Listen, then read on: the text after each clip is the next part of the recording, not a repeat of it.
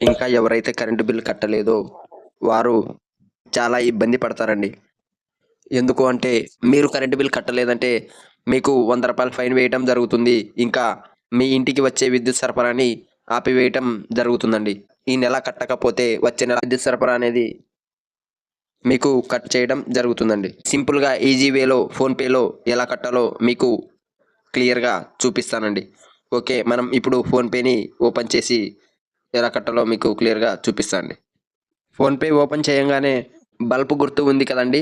Electricity bill అని ఉంది కదండీ! ఎలక్ట్రిసిటీ బిల్ మీద క్లిక్ చేయండి. క్లిక్ చేయంగానే ఎలక్ట్రిసిటీకి సంబంధించిన మొత్తం కంపెనీలన్నీ రావటం జరుగుతుందండి. మనది సౌత్ కాబట్టి సౌత్ పవర్ డిస్ట్రిబ్యూషన్ దాని మీద క్లిక్ చేయండి. ఇక్కడ సెర్చ్ బార్ ఉంది కనిపించకపోతే సెర్చ్‌లో కూడా వెళ్ళి SYUTH అని కొట్టి సెర్చ్ చేయంగానే రావటం జరుగుతుందండి. లేదంటే SPDCL అని కొట్టినా వస్తుంది. ఇక్కడ ఓపెన్ అయింది చూడండి. 13 అంకెలు కలిగిన సర్వీస్ నెంబర్‌ని ఎంటర్ చేయండి. మీ పేరు, మీ సర్వీస్ నెంబరు, మీకు ఎంత బిల్ వచ్చింది అనేది కూడా రావటం జరుగుతుందండి. ఇక్కడ మీ డీటెయిల్స్ అన్నీ కనిపిస్తాయి. ఇక్కడ ఇంకొకటి మీరు ప్రతి నెల మీరు మీ సొంతంగా పే చేసుకోలేము, మేము మర్చిపోతాము అంటే ఇక్కడ ఆటో పే అని ఉంది కదండీ! ఇక్కడ టిక్ బాక్స్ ఉంది కదండీ! Pay future bill with auto pay అని ఉంది కదండీ!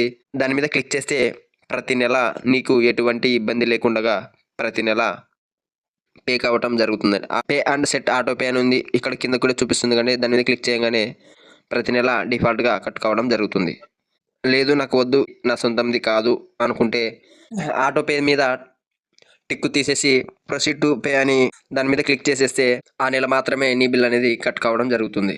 ఇక్కడ నీకు ఏ బ్యాంక్‌లో అయితే అమౌంట్ ఉందో ఆ బ్యాంక్‌ని సెలెక్ట్ చేసుకొని పాస్వర్డ్ ఎంటర్ చేసి పవర్ బిల్ అనేది పే చేసుకోవచ్చండి. ఓకే. Payment successfully. నీ సర్వీస్ నెంబరు, నీకు ఎంత అమౌంట్ అనేది కూడా ఇక్కడ రావడం జరుగుతుంది. వ్యూ డీటెయిల్స్ మీద కొడితే నీ డీటెయిల్స్ కూడా రావటం జరుగుతుంది. ఓకేనా? ఓకే. బాయ్.